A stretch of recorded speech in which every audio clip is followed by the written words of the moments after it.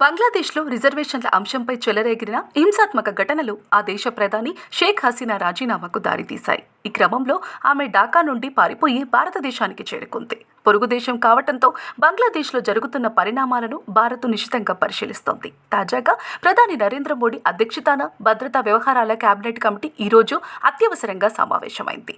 ఈ సమావేశంలో కేంద్ర మంత్రులు అమిత్ షా, రాజ్నాథ్ సింగ్, జైశంకర్, నిర్మలా సీతారామన్ తదితరులు ఈ భేటీలో పాల్గొన్నారు. కాగా బంగ్లాదేశ్లో నెలకొన్న పరిస్థితులను ప్రధాని నరేంద్ర మోదీకి భారత విదేశాంగ మంత్రి జైశంకర్ వివరించారు. దీంతో తాజా పరిస్థితులు, స్థానికంగా చేపట్టాల్సిన భద్రతా చర్యలపై సమీక్ష జరిపినట్లు సమాచారం.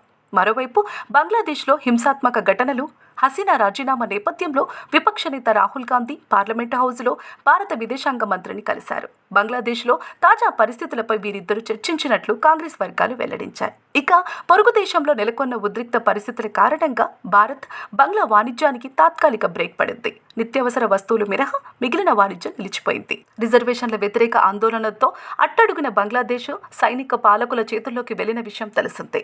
హింసను ఆపడంలో వైఫల్యం చెందిన షేక్ హసీనా ప్రభుత్వం వైదొలిగింది. సోమవారం ప్రధాని పదవికి రాజీనామా చేసిన హసీనా దేశం విడిచి భారత్కు వచ్చారు. తాత్కాలిక ప్రభుత్వం ఏర్పాటు చేయనున్నట్లు సైనికాధిపతి జనరల్ వాకర్ ఉజ్ జమాన్ ప్రకటించారు.